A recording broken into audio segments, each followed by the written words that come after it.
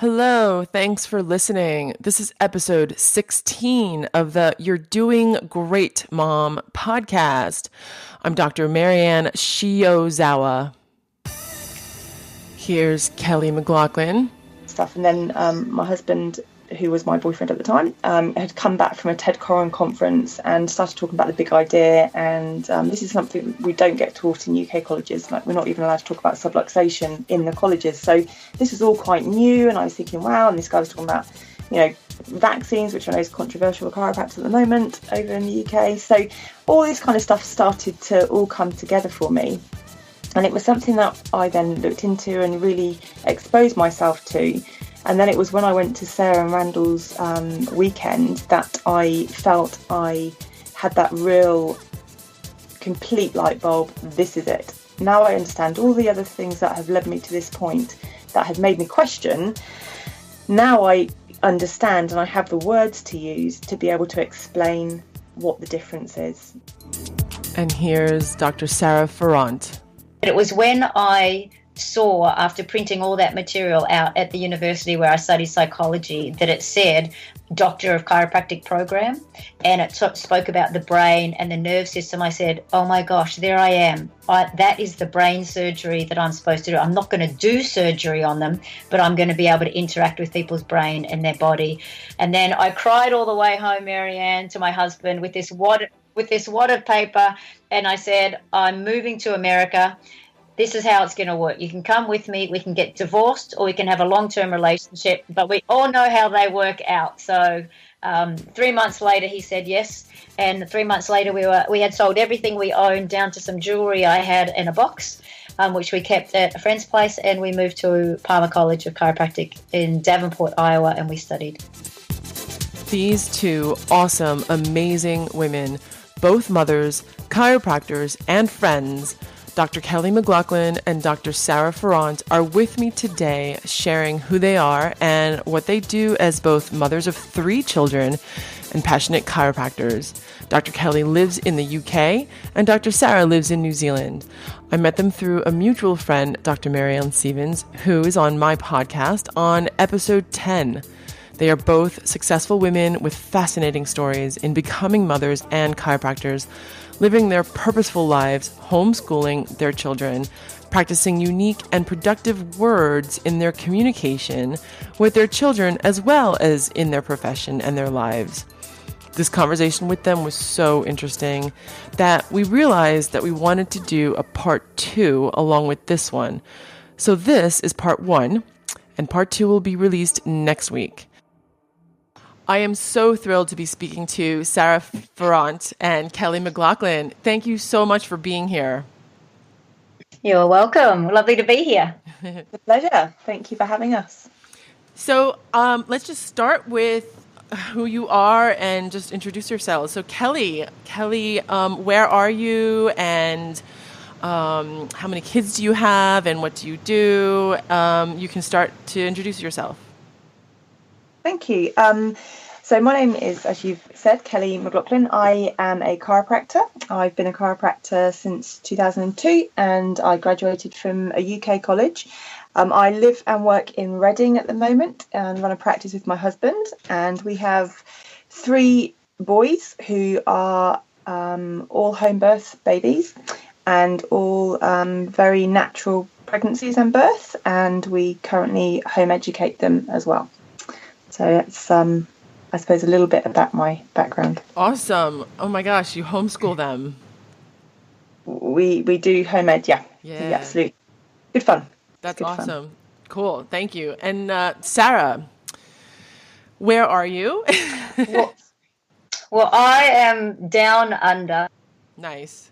Well, not quite down under being Australia, but I'm down under on the little island attached to Australia. Well, not attached, beside Australia, I should say. In New Zealand, and then I live on an island off of New Zealand, further to the east, and that is called Waiheke Island. I'm a chiropractor. I'm in practice with my husband. We've been in practice for many, many years together. We have 3 children. We have 2 boys and then a girl. She was the first girl born into the family in 36 years, so we're rapt to have a girl. All the cousins are all boys. They're all home birthed, non-medicated, prescribed, scheduled, or over the counter, and we've always home educated them. So they've never been in a school system as such. So life is interesting in our household and very busy too. Yeah, that's amazing. That's really, wow, this is going to be really interesting. There's so much juice there. I love it. Yeah, it will be good. Yeah. This is fascinating because it is so not the norm. No. Home education. You mean just in terms of home education or home birth? In general. I mean, everything that both of you have said. Yeah. Right? Yeah. It's norm for us though, because I get that it's not common, but it is really normal for us in terms of our lifestyle and in terms of the people that we surround ourselves with. And I think it would become I know it would become the normal for more people if they knew that option was there, from, like Sarah was just saying, about maybe the home birth, but also a home ed or a different approach to life, really. I just think more people don't know that it's either an option, or maybe are frightened by it, or don't know if they could do it. So yeah, I think in practice I often say it's common, it's not normal, but for this situation I think it could be the normal, it's just not very common. Mm-hmm. Yeah. Yeah, and I think a lot of people too on that, just following on from what Kelly said, Marianne, is that when people think of home education, they think of, oh my gosh, you're with your kid from 9 in the morning until 3 o'clock in the afternoon. And whilst I'm with them, 24/7 pretty much. There's a little bit more freedom now with the boys going to rugby off island, etc. But the idea of home education is not about taking school from a conventional model and putting it into home.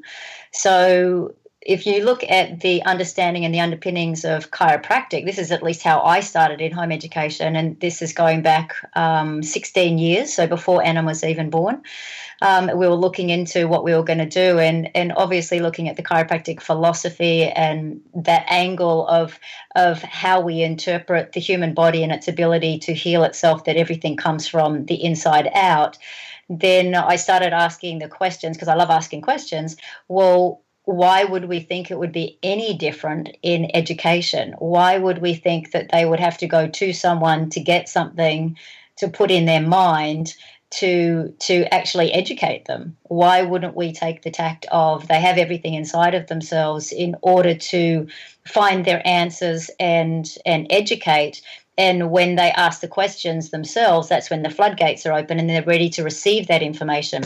So for me, that was a lot more of a nurturing way to understand how one would educate themselves versus going en masse into a classroom to only sit with people that are in your age group, which when you think about it later in life, you don't surround yourself with people that are only your age. I'm about to turn 50, and there are people there, that I interact with in our community that are in their 30s. So there's this really falsified model in a school system, and really it's about a glorified service where children can go so parents can work. And so when we looked at the home education model, I saw the Queensland government in Australia actually had done some research, and their research looked at home education, private school and public school. And what they found was that home educated kids were higher in IQ. They were more, inverted commas, socialized, which that's not a term I use. I prefer to use the word like civilized, but they're more socialized. And we only had to educate them for an hour and a half a day. So when they looked at the school systems from private and public schools, they worked out that kids were actually only taught for an hour and a half a day. Yeah. And the rest of the day was taken up with recess, lunch, class management, which paid a high price for being in a school, was class management of all the kids in the classroom, obviously, discipline measures, or finish early to pack up your books to move to the next class, wherever that may be. So it was really, for me, that just became an eye-opener of a no-brainer to step into that home education model, with 2 feet, knowing full well it was going to be really, hugely impactful, not only on my life, but on my kids' life and opportunities as well. Yeah. Yeah, that's just fascinating. I'm curious about the history of, at least in the Western culture. Did you research both of you, did you research any of, just in terms of like information? Because that's something that in terms of like the education or institutionalized education, modern school system, a structured school system, because back in the day, I guess I'm guessing a few centuries ago, school systems were just not something that was the norm. It wasn't like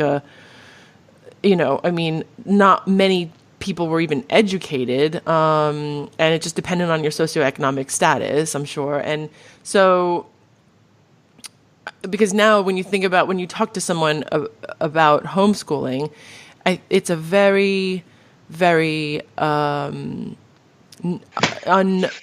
it's not very well known among people in general. And like, why did we conform to the structure of school? And that which leads to another question, is like, why do kids at age, what is it, 3, 4, go into school now at such a young age? So, it's just interesting to me. I was just wondering if you did any of that kind of research, or if you knew any of that. I didn't do any research into that.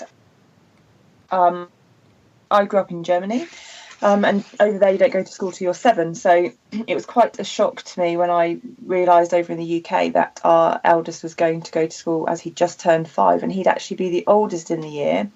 And I really, really clearly remember being at something called Jolly Babies, which is just like a music group, and people talking about moving house to get into the catchment area for their kids to go to the preschool so that they get to the primary school to go to the secondary school.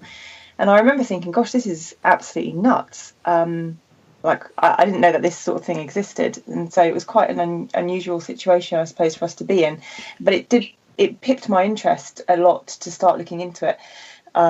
And I looked at what I did do at the time, the research at the time, looked at schools in the rest of Europe where the children don't go to school till they're, they go to school earlier, but they're not formally educated until they're at least 7. So Finland particularly is has got a lot of research behind it, and Sweden and the other countries who, I suppose, socially, like Sarah talks about the civilized thought processes or expression of the children as opposed to the socialization, but they talk more in the terms of socialization, and they talk about how those children are much more, I suppose they use the term advanced, because they've learned later, formal learning, where they sit down and they read and they do all those things. They've learned later. So by the time they get to 11, those children are more advanced in their academic capability than children that go to school at 3 or 4.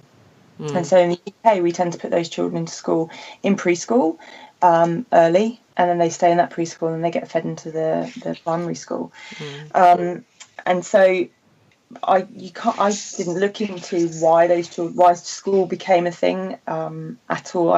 Some of the stuff I've read, I suppose, more recently is to do with the status, like you just mentioned, Marianne, about how socially, when people were more well-to-do or of higher classes, they could afford to send their children to these establishments where other people educated them, and that's kind of, I suppose, more as retrospectively for me, because I became more interested as to why people do send their kids to school, particularly people that have a different understanding of life and of where we come from, and questions to ask ourselves, like, why do we then put our children into an environment where it's not necessarily congruent with how we might live? So that's, I suppose, retrospectively, but I didn't do it at the time. I don't know if Sarah has different information, but not. Yeah, again, just going back to the chiropractic philosophy, for me, it was the congruency of how we were looking at health, and that why wouldn't I want to also do that with education? It made sense to me. But I also looked at all the people that had had some opportunity to change the world in some way, shape, or form, whether it was in politics, whether it was in finance, whether it was in design. When I looked at their history, they had all been rebellious at school, and parents had pretty much said, yes, you can be home educated. And I'm going back like into the 1800s, early 1900s, etc. So there was an element of home education for all those people that were allowed to think differently. So that was another, kind of ticking of the box for me. But I also came across a gentleman called John Taylor Gatto, and he wrote a book called Dumbing Us Down, The Hidden Curriculum of Compulsory Schooling. And I had the pleasure, before Anna was born, of actually attending one of his presentations. And then that was just confirmation for me that absolutely, without a doubt, we will home educate. But what I find interesting is that people are okay with the home education almost up to a point, because the conversation then goes, well, what are you going to do about the high school years? And I'm like, well, we're still going to home, we're still going to home educate. I'm not going to send them to school at the age of 10, or the age of 12 when they go into middle/high school. So for me, it was the commitment to the journey, the commitment to the opportunity that it instills in them, and so far it's been a very, very challenging journey and a very, very rewarding journey. Because I thought if other people can do an hour and a half a day and enable their kids to think differently, then I can, do an hour and a half a day, and sometimes, and that's an hour and a half a day of many different things. It's not following a curriculum necessarily. I've got nothing to unschool. Lots of people call that unschooling or natural learning. I call it inspired learning. We always have in our household. It just allow the kids to do what they want to do when the floodgates are open and the questions get asked. So it's an interesting journey. But I just wanted to add, because Kelly raised something really, really important there when she was talking, and it had to do with the civilization and the socialization.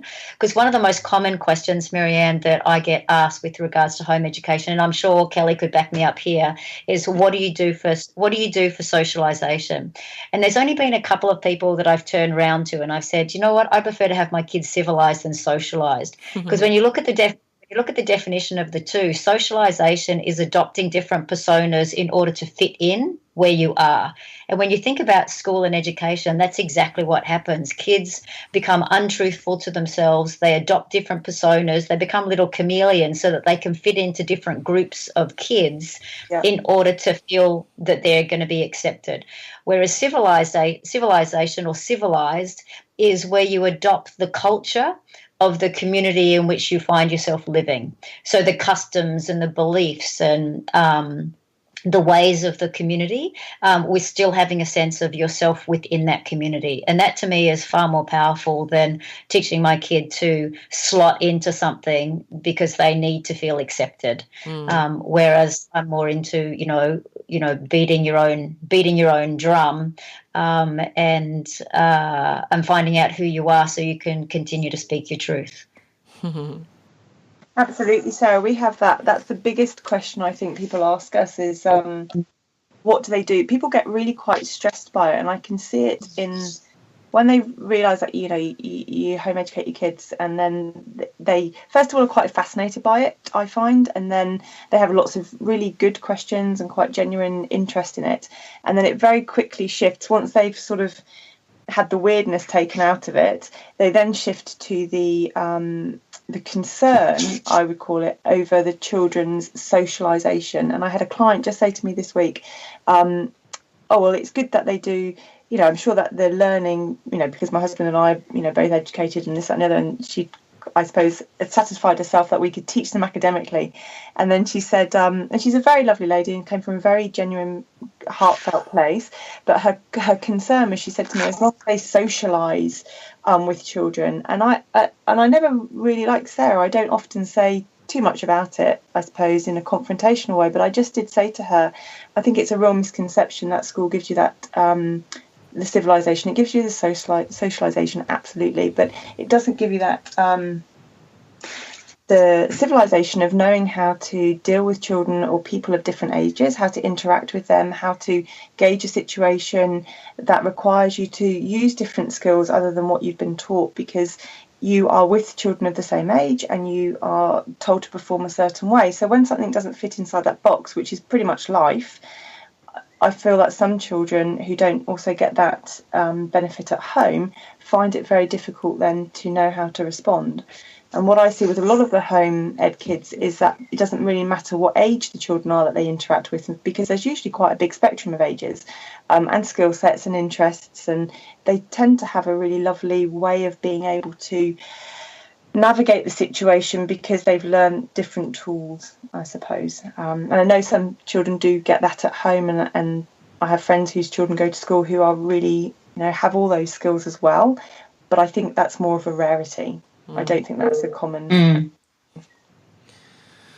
Yeah, it's so interesting to me, and I love hearing about this perspective and the philosophy that is what speaks to me. And I know that this is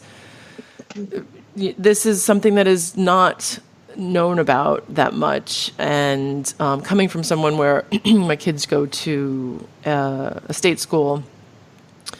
We lived in Paris when my kids first went to school, and they went to a private school that actually practices quite a different philosophy, or in terms of the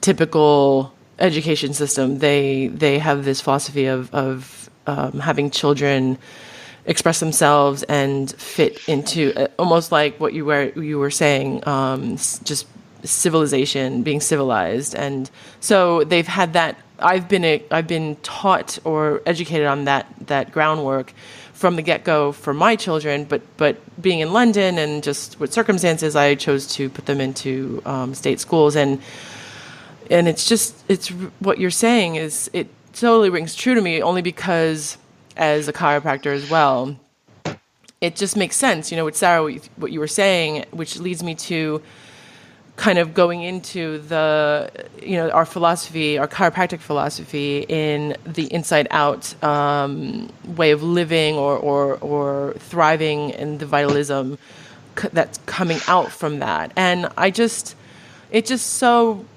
makes sense. I mean, it's just like simplicity. The simplicity of it to me is wonderful and refreshing. And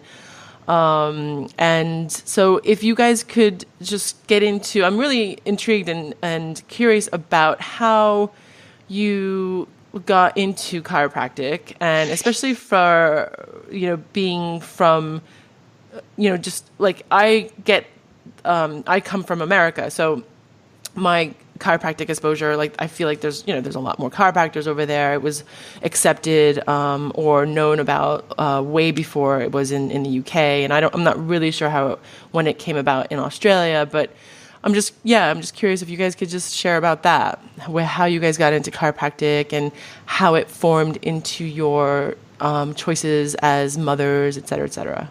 Well, I think there's lots of people who get into chiropractic that have a fantastic story and encounter, usually from an injury. I went to the chiropractor, changed their life, and got into chiropractic college. I actually don't have that story. I have a story. I have a story from pretty much Marianne when I was 7, and my dad placed his hand over my heart and he said, "Sarah, you have all the answers inside of you. All you have to do is ask the question and trust your answer."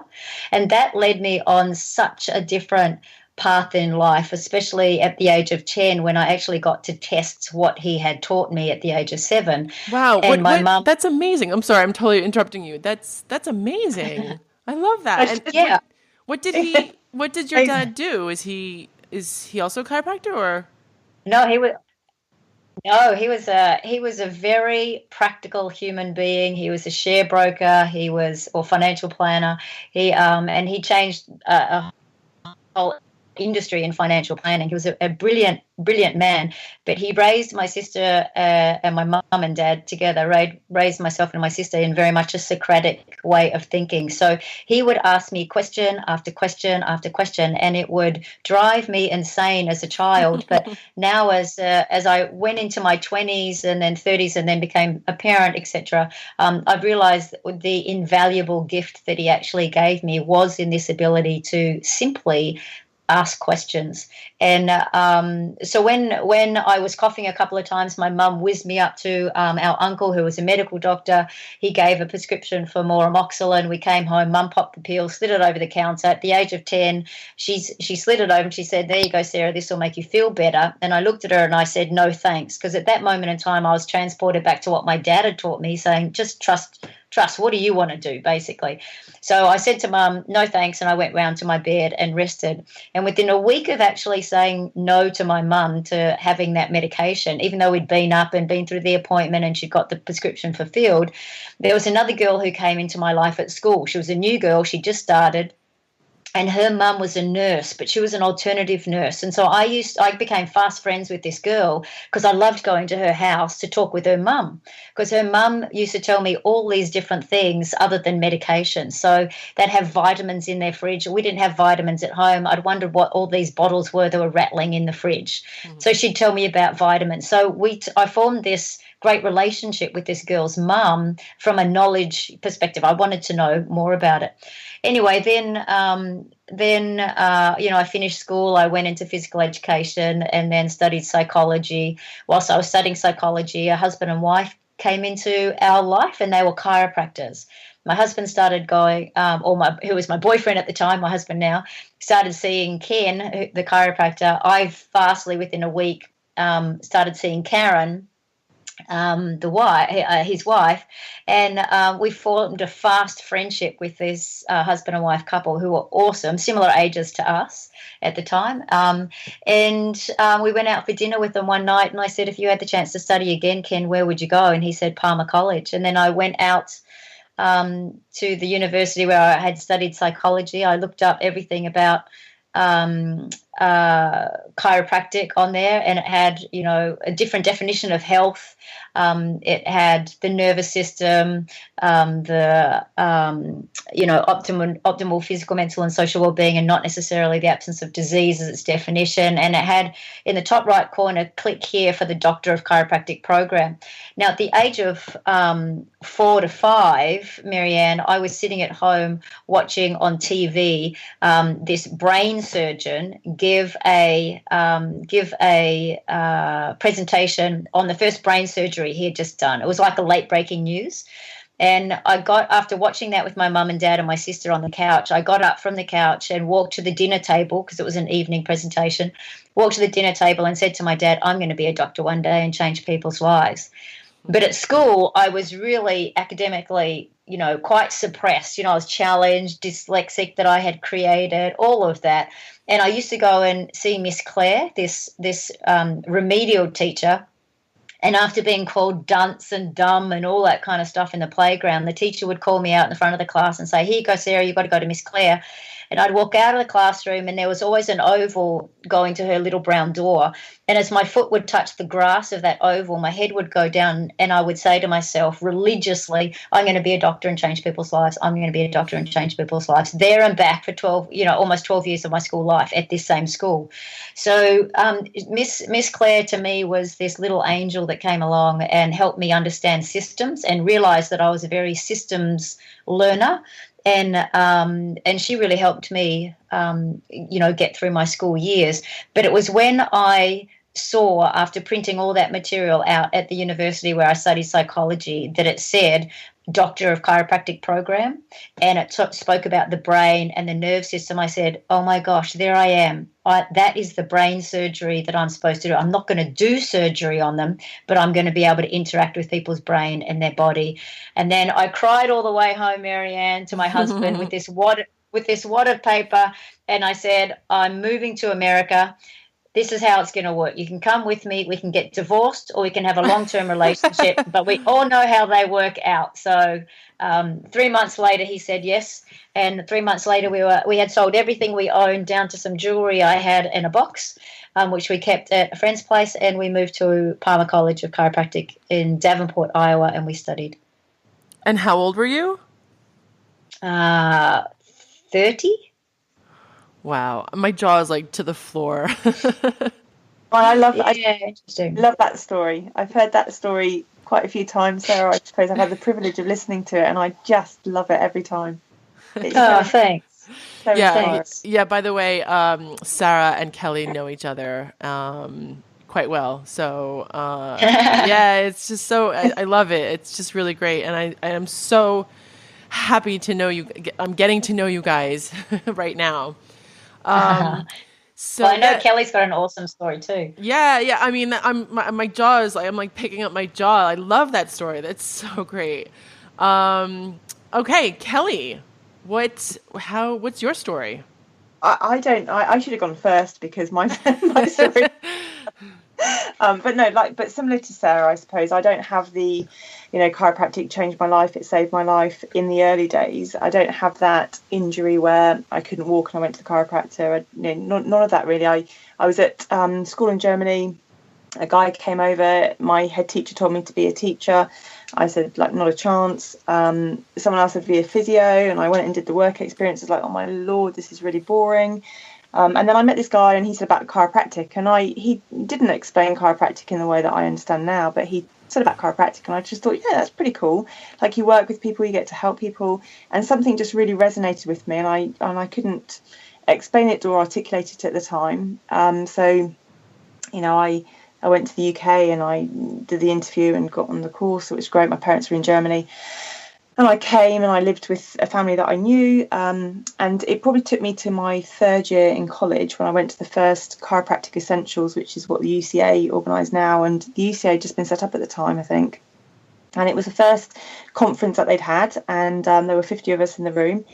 And I remember listening to people speaking and it was my first, I suppose, light bulb moment where I just thought, this is it. This is what I knew that I was getting into, but I just didn't know what it was. No one had explained it to me at the time. And during that time, Adrian Wenbaum was up on stage and he was talking about how the likelihood of things happening by chance is the same as a Boeing 747 going through your backyard as a hurricane going through your backyard and constructing a Boeing 747. Like it's just not random. It doesn't happen by chance. So that really made me kind of sit up and take notice. And I'm not analytical at all. That's not how my brain works. But what he was saying really made sense to me. So I started then reading other things. I was still in my third year. And in that year, Guy Reichman came to our college as well. And there must, for such a brilliant speaker, there was not a huge hall filled with people, but which was probably good because we got to ask him lots of different questions. And I remember he stood up at the front of the stage and he was talking about a child of his who, one of his children, I don't know much about Guy, I know Sarah's friends with him, but I don't know him. But he was talking about one of his children who had created this illness for themselves and hadn't had antibiotics. And he said, put your hand up in the room who's had antibiotics. So we raised our hand, pretty much, 100% of us. And he said, leave your hand raised if you think that saved you or it helped you heal. So, we all sat there with our hands up. And he said, and then he started to question it and he started to challenge it and he started to talk about innate intelligence. And I remember at the time being really cross and really angry and thinking, how can he come in here? This is ridiculous. He's supposed to be a chiropractor. Had this physical reaction to him, thinking this is really not okay. And obviously years later, that's me. But at the time, it was a really emotional reaction to what he was saying.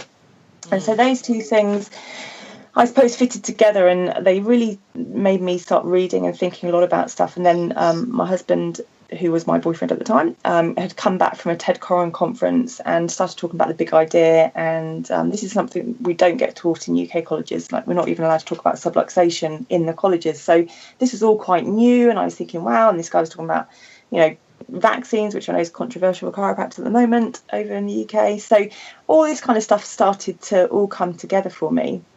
And it was something that I then looked into and really exposed myself to.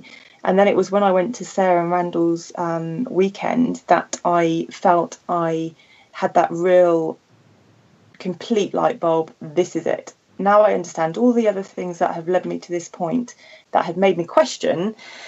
Now I understand and I have the words to use to be able to explain what the difference is. And my mum had always brought us up in, or myself up in, quite an alternative paradigm. And if you read Sarah's books, The Vital Truth and The Health Illusion, which everybody absolutely has to read, they should be compulsory for everybody, particularly in chiropractic schools. Mm-hmm.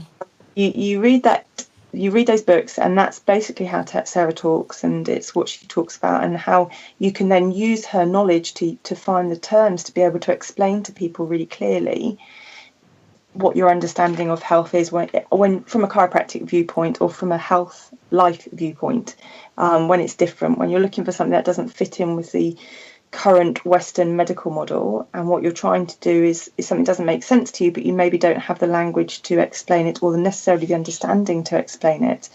And I borrowed those terms for quite a long time until I really, that whole fake it till you make it kind of thing. And then I really got it. And she, it was through her knowledge and her sharing that I really understood why we were different, and I could explain to other people. And from that, then we were able to build a practice based upon that. Mm-hmm. Mm-hmm. Thank you, Kelly. Yeah. That's really great. I have to get your books. Yeah, sorry. Yes. We give them to our clients, like all our clients. We bought a bulk of Vital Truth, and we give them out to clients as gifts, and people love them. Yeah. And can you get them on Amazon? Yes. Cool. Yeah.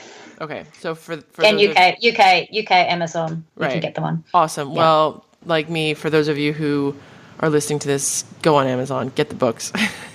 Thank you. And that is a great story, Kelly. Thank you. So, and did you went to ACC?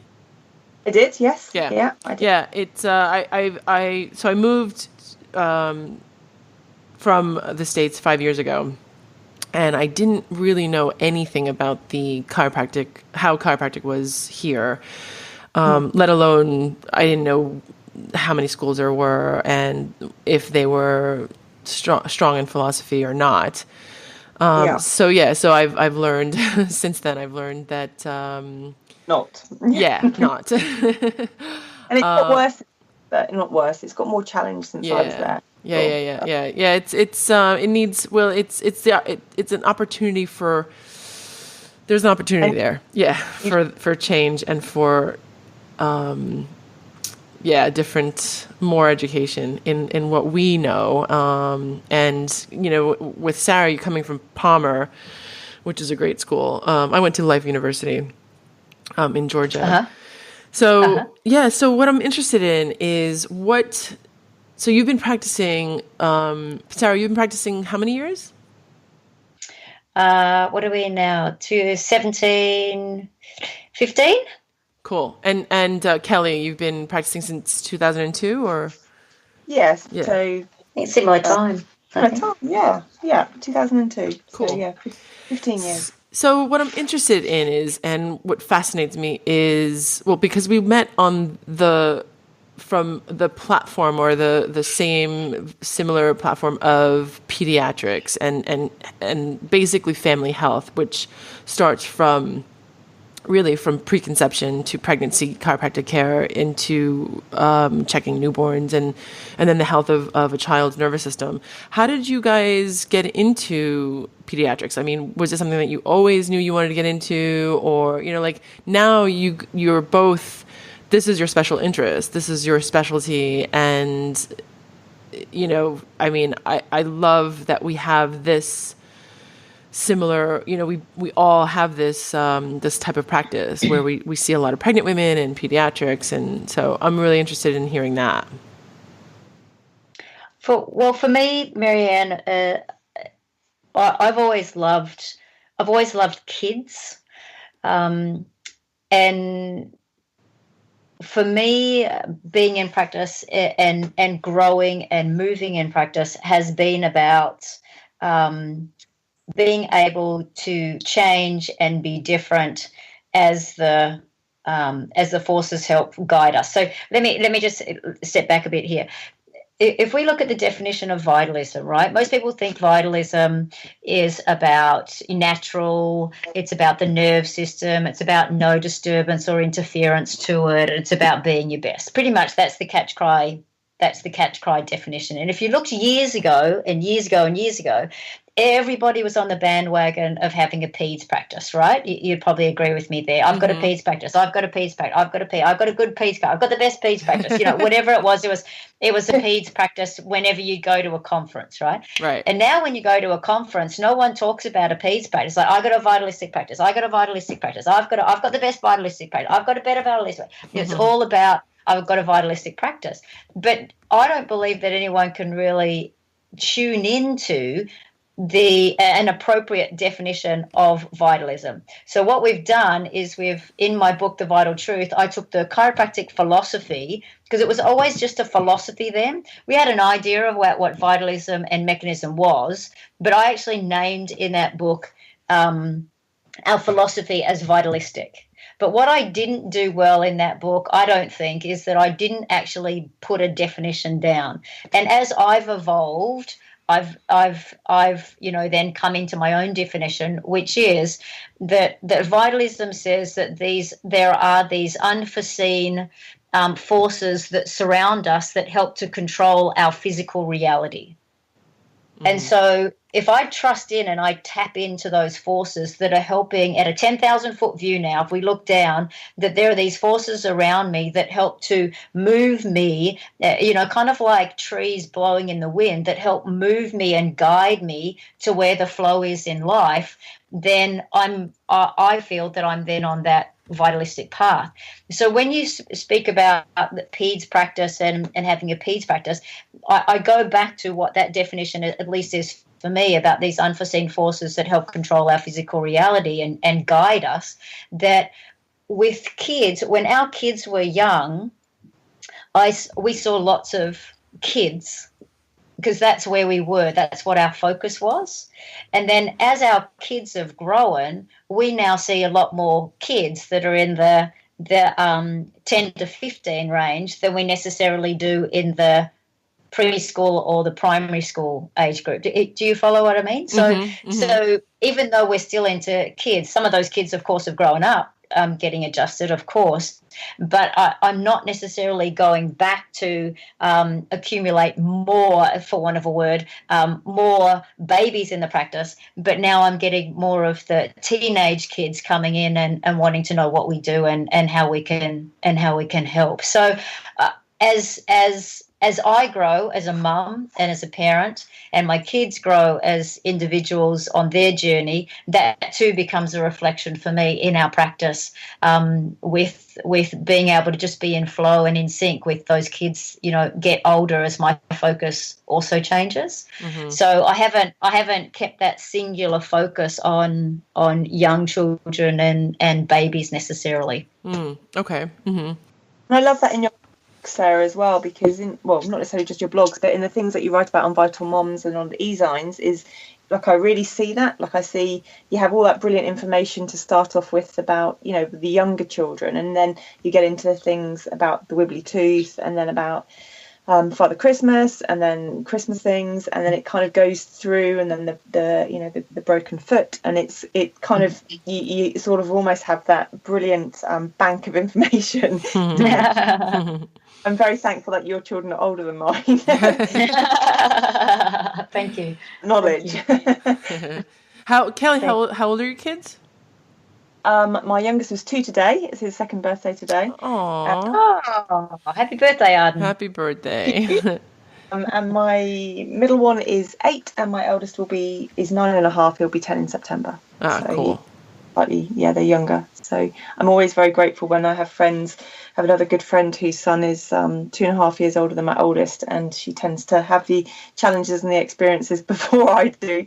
And I sort of watch how that plays out and borrow all those nuggets of information to store in the bank and use when the time requires to a degree. Mm-hmm.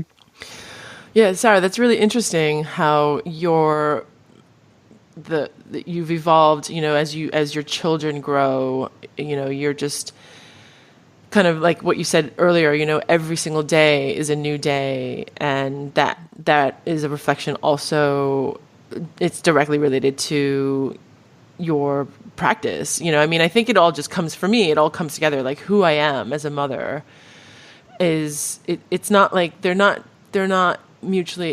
like separate entities, like who I am is someone who is passionate in health and chiropractic and being a mother, and someone who is learning constantly every single day, and I think that's it's really interesting how you're saying that now you have, as your kids are getting older and they're teenagers, and that's very cool.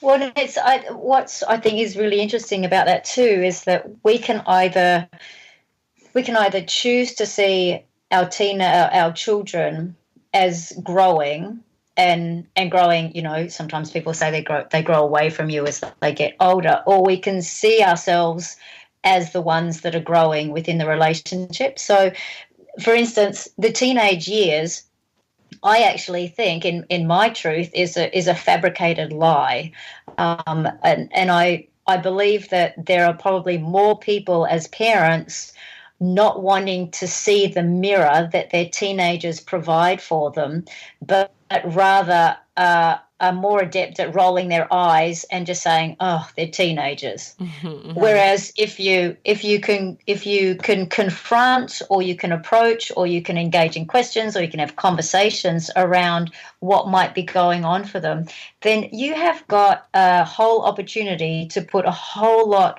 of bows in your quiver of parenting. Mm-hmm. But a lot of people don't want to look at that. It's too easy.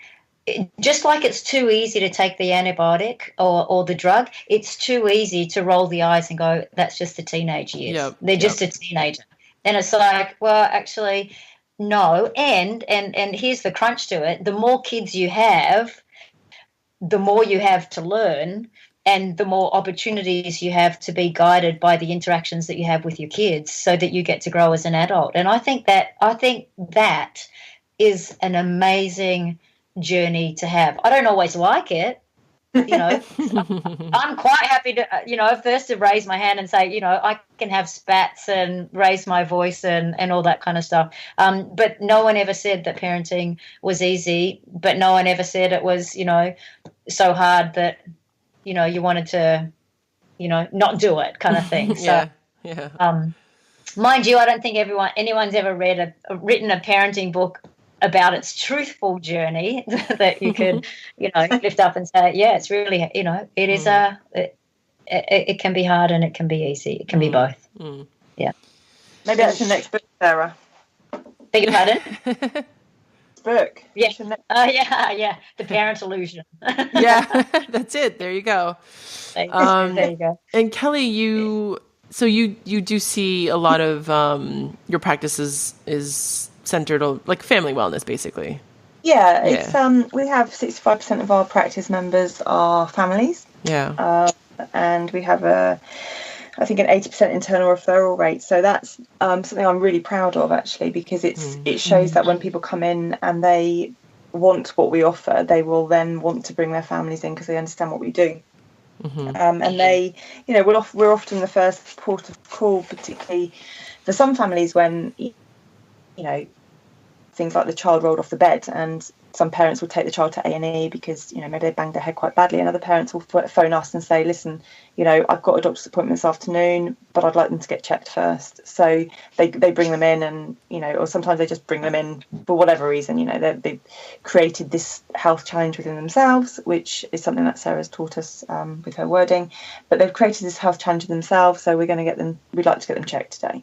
So I feel like we've created that, and I'm really to be that sort of centre of support and education for them, I suppose. But it's not something, like Sarah was saying, it's not, I don't want to think of ourselves, and I don't think of ourselves as a paediatric practice. Like, we're both Webster, we've done the Webster courses, we're ICPA registered and things like that. But that's because people source that, they search that out, and I want us to be able to be accessible to people that might not know they're after what we're offering.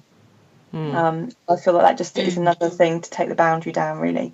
And in my first practice, I worked with an amazing chiropractor who's also an Aussie, and he didn't really want to see kids in practice. Like, it wasn't his big thing. So I ended up seeing loads of them, and I just from that started seeing loads of children in the practice and thought, gosh, I actually really need to know what I'm doing here, because they're not like mini adults at all. They're completely different. So then did lots of other kind of training and exposed myself as much as I could to learn some skill set, really, because I had no idea leaving the ACC. We don't get taught stuff in children. They teach you, I'd be very very professional actually, because I just realised we're on a podcast, but they teach you things there that aren't necessarily so helpful in practice.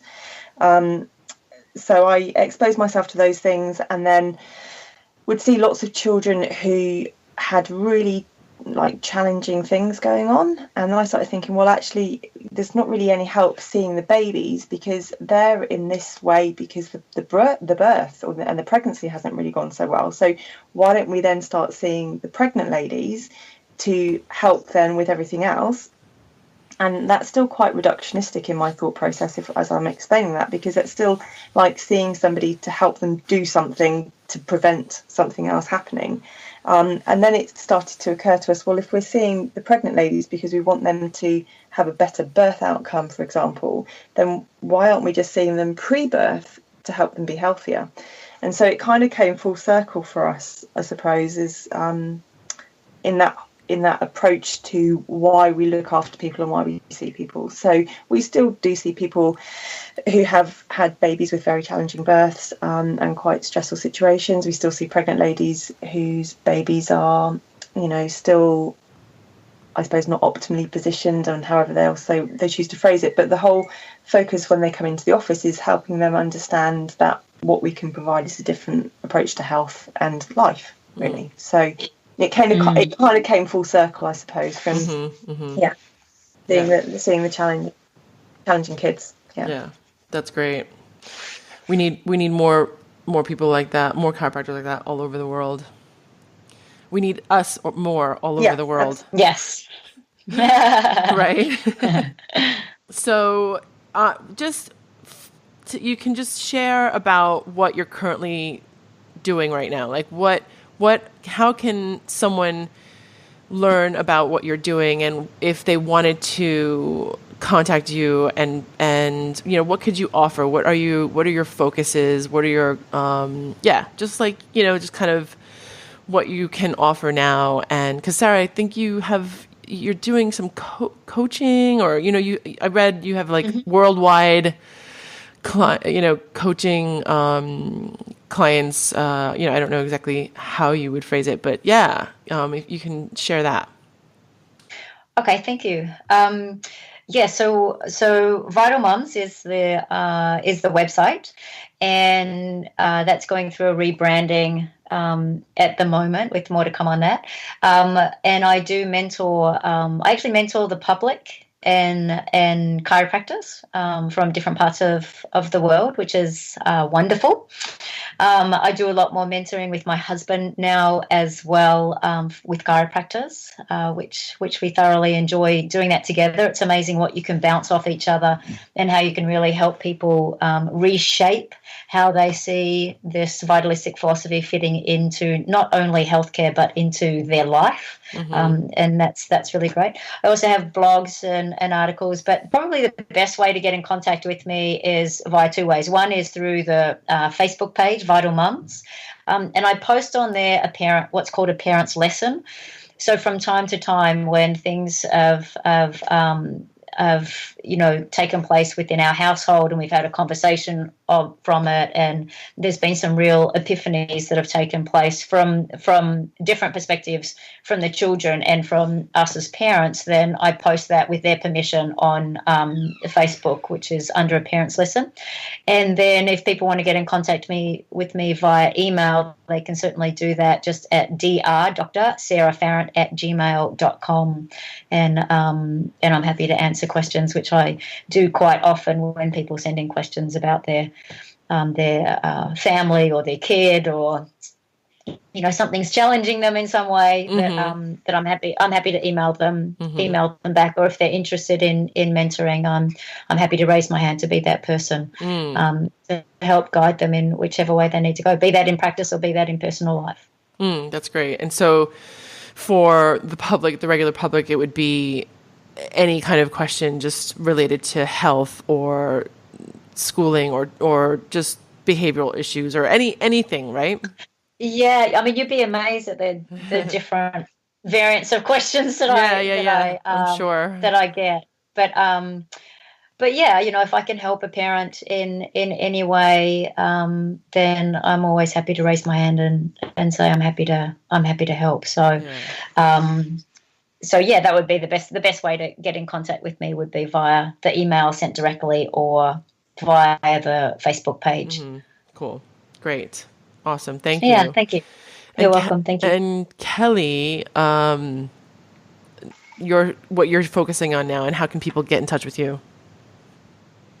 I suppose similar to Sarah, that in terms of the email questions, like I would normally get more questions from chiropractors. I think my focus and my love is really helping particularly female chiropractors in practice. I really enjoy that, and I work with a few ladies in the UK and one in Australia, I guess it's just challenging the questions that they ask themselves and a different approach to things. So it's probably more practice focused as opposed to the general public.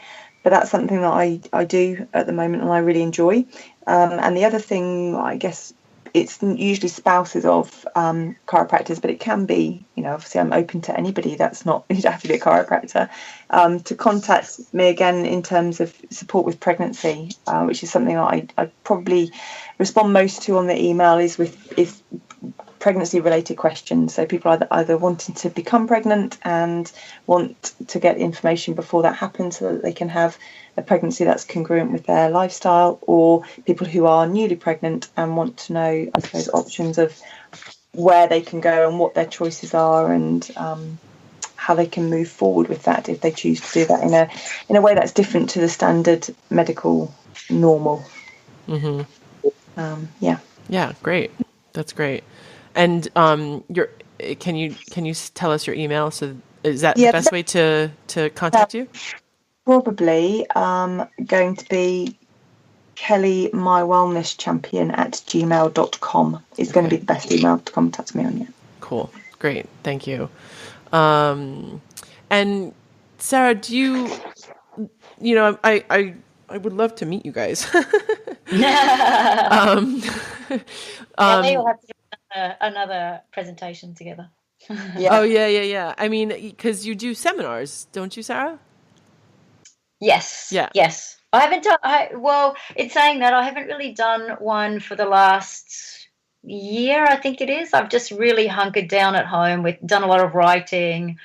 Done a lot of mentoring and been with the kids essentially. But I'm getting that itchy feet to get moving. Good. Get moving again. I don't know if we could get like 25 or 30 people in a room in the UK, then I'd probably come. Cool. Kelly, do you think we could manage that? Yeah, absolutely. I don't know. Sarah and I did a conference or a seminar at Heathrow, and I think there might have been about 25 or 30 there, Sarah, at the time. I think so. Yeah. I think there was a good turnout. And so we did that at Heathrow, and then I think Newcastle was about 20, but I don't know if we could convince Sarah to go back to Newcastle because she was probably the whole time. It was a great time, though. We had it was hilarious. Oh my God, I'm sorry I missed it. It might be the best one. But I feel that would be that would be a very cool thing to do, and tying that in with Sarah's come to our office a few times to speak to our clients, like a kind of like a workshop, but more of an informal evening where people can ask lots of questions, and she shared her information, and it was just amazing. So that was a really, really great gift for us to be able to give our clients as well at the time. And we've got so much. Yeah, sorry, we've got so much. We've got so much that we haven't covered on this podcast. We haven't even spoken about, the subluxation and how that, is affects in the effects of that in practice, how we define that, right. what its true purpose is. We haven't even, and we've only really touched on the vitalistic underpinnings of all of that as well. So and how that integrates into parenting. So there is a ton. We could do a podcast a week with you for the next, year, and we still wouldn't have scratched the surface, I think. But maybe doing a workshop might be the best option then. Yeah, definitely. I feel like we haven't even gotten to the meat of it all. And it's like we need part 1, part 2, different, a series of. Yeah. Because I think this is so important, because I know that a lot of the people listening are going to be chiropractors, women and men, especially women. And I think that this message is so essential for students in chiropractic schools from all over the world, because we just need to continue. We need to hold that and guide them and be leaders in this industry, because it's just, chiropractic is a lifestyle and a philosophy, and it's, and just the public doesn't know about it. And we need to be there for the public, we need to be there for the chiropractors that are just about to graduate and who don't actually have a grip on what chiropractic is, especially if they go to a school that's a little more mechanistic than philosophical or principled, and then just the chiropractors who have been in practice for 5-10 years, and they just are kind of going with the motion and dealing with treating symptoms, sort of thing. So so I feel so honored to know you and to be on the same team as women chiropractors. I've been practicing since I graduated in 97, so it's been about 20 years, and I just only feel now that I'm holding that torch of being a leader, and I'm just entering into mastery, and it's just a constant growth and learning, so I really appreciate you guys being here. It's just been great, and I would love to continue this somehow. Yes. Yeah. Well, it's been lovely chatting with you, Marianne. I'm really grateful that you said yes to having both Kelly and I on together. That was fun. And no doubt we'll do it again at some stage in the future. So thank you very much for having me on. Yeah, thank you, Marianne. It's been it's wonderful. It's always wonderful to spend time with Sarah, and I feel like we've just had another person added to that special group that I like to spend time with. So thank you very much. You're both welcome. All right. Be sure to listen to part 2, where Dr. Sarah and Dr. Kelly and we speak about what it means to be healthy, the difference in allopathic medicine and chiropractic, and where does chiropractic stand in the model of health care. All the info from this episode is in the show notes. Please subscribe and write a review and share this. Thanks for listening. See you next week for part 2.